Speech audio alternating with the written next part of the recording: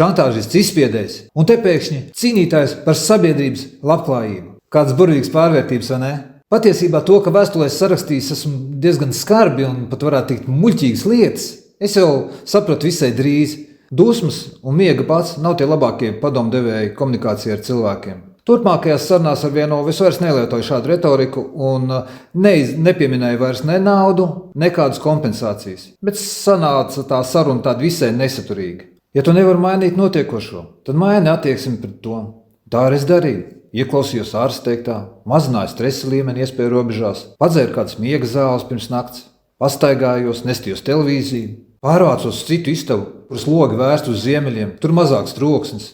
Bet tanī pašā laikā es sapratu to, ka tas nav ilgtermiņa risinājums, bet pagaidām man nebija ideja. Laiks gāja, un arvien vairāk cilvēku man uzrunāja un teica, ka viņiem ir troksnis, viņiem ir smakas. Tā nav gluži mana problēma.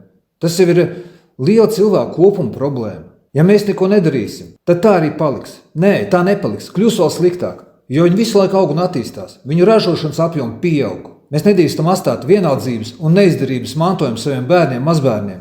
Nākamajā sirstāju stāstīšu, kā man gāja ar veselības inspekciju, kā arī nocitēšu iedzīvotāju vēstules.